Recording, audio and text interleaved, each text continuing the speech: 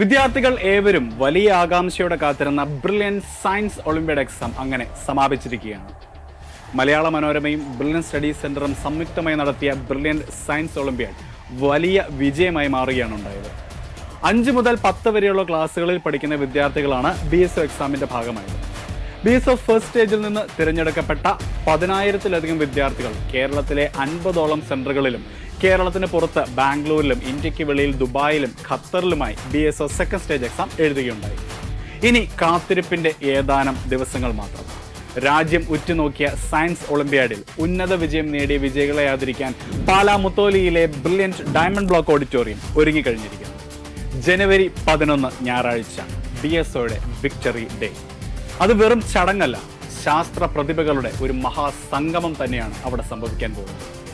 ഭരണ, സാമൂഹിക, വിദ്യാഭ്യാസ രംഗത്തെ പ്രമുഖ വ്യക്തിത്വങ്ങളാണ് ആ വേദിയിൽ അണിനിരക്കുന്നത്. പശ്ചിമ Bengal governor doctor CV Anand boss മുഖ്യാതിഥിയായി എത്തി പുരസ്കാരങ്ങൾ വിതരണം ചെയ്യും.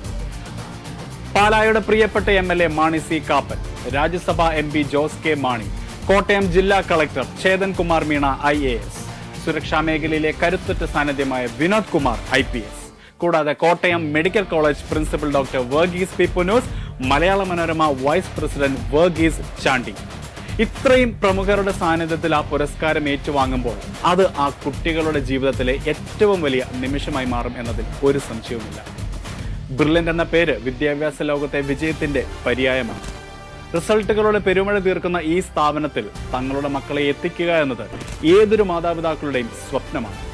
ആ സ്വപ്നത്തിന് നിറം പകരാൻ പുതിയൊരു കാലം രചിക്കാൻ ടീം ബ്രില്യൻറ്റ് സർവ്വസജ്ജമാണ്. അറിവിന്റെ കൊടുമുടികൾ കീഴടക്കാൻ പോകുന്ന ഈ കൊച്ചുമിടുക്കർക്ക് നമുക്ക് ആശംസകൾ നൽകാം. ശാസ്ത്രലോകത്തെ നാളത്തെ വാഗ്ദാനങ്ങൾ അണിനിരക്കുന്ന ഈ മഹാസംഗമത്തിന് സാക്ഷ്യം വഹിക്കാൻ നിങ്ങളേവരെയും സ്വാഗതം.